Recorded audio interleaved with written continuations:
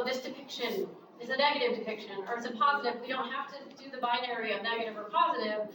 We can trace out different meanings to show that socially, culturally, MAD had flexibility at that time, and it can have and does have flexibility now. So that's kind of the lines of my argument, sort of what you were describing a little bit. I think it's interesting to look at I haven't looked at the figures, except for Virginia Woolf, who is sort of notoriously thought of as having been mentally ill or mad, and how that sort of lives in the public mind, but also positively in some kind of way, like, oh, genius. Like the reading of madness as genius has been around for some time too, and that has its pitfalls as well. But because I study violence against marginalized people, especially particularly biomedical, psychiatric violence against marginalized people, I'm kind of like doing that, making that argument, and then looking for counter-narrativity within the archive and saying, like, yes, those figures that you mentioned, they're part of the MAD archive. The plays and the meaning that is being made there, that's part of the MAD archive as well. What's happening right now with me in this poetry, that's part of the MAD archive as well. But, it can become ubiquitous, but when we're actually looking at the thing, very specific meaning can be made. Yes, thank you. Thank you so much. I really enjoyed this. Thank you so much.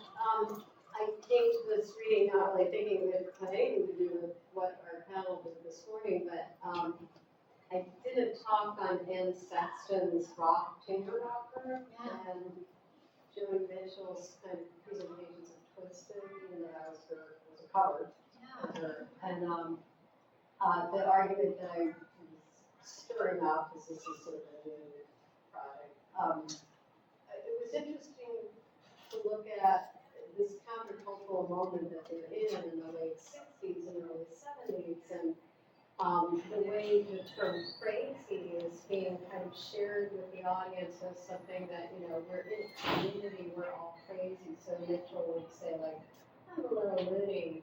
Are you crazy? And the audience would, yeah, and Sexton was, sort of re-performing poems that already were representing her institutionalization. So I don't know.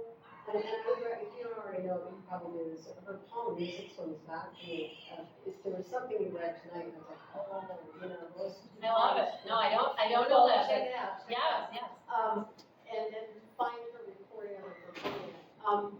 But, it's like in the late 60s, early 70s, crazy slang was kind of cool, it was hip. And it was being in the counterculture. So I don't know if we just have, part of the general 80s on backlash against that, or if we need to sort of find that again. And it was interesting to me because it put women's struggle with the mental health system in a larger context with broader. I don't know. Yeah, I love that. It's just, here we are again, so I just, I'm wondering if that's part of what you're doing, if that's the leverage, right, that MAD means angry at, or oppositional, or countercultural. Yeah, I mean, MAD is a lot of things. It can be also, I'm thinking, like, I stand with all kinds of MAD, other people. I mean, I've had people be like, well, you had one institutionalization, and, you don't agree with being called psychotic in that institutionalization and labeled as delusional, and, like, that's not really who you are. And, of course, I don't agree with being those things. However, I was it. When I was seen that way, it was like, oh, I'm embodying that for everyone around me. Like, that, they are seeing me that way, so it was like I lived in the embodiment of it, and so that's also part of my MAD identity.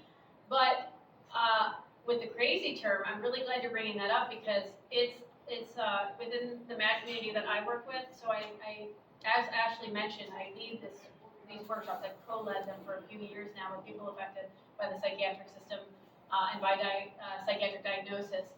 And the word crazy comes up because we use it. It comes up in common parlance.